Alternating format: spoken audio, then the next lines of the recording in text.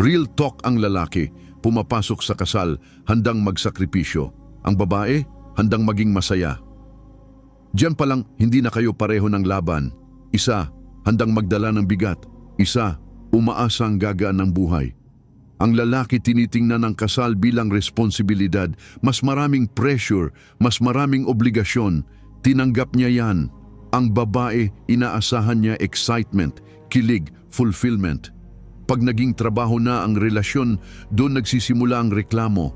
Ang lalaki, isinasakripisyo ang freedom para sa stability. Ang babae, inaasahan na ang stability ay may kasamang saya araw-araw.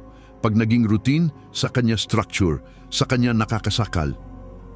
Ang lalaki, kahit hindi na masaya, nananatili para sa pamilya, para sa responsibilidad.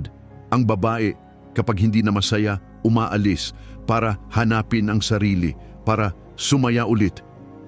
Ang lalaki na gusto ng katahimikan mahina daw. Ang babae na gusto ng more empowered daw. Isa, pinapatahimik. Isa, pinapalakpakan. Ang lalaki, inuubos ang sarili para masave ang kasal.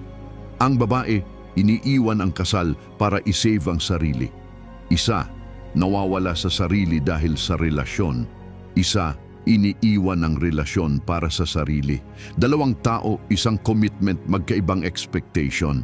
At doon nagsisimula ang pagkasira. Ang kasal, hindi nabubuhay sa saya lang. Nabubuhay yan sa commitment.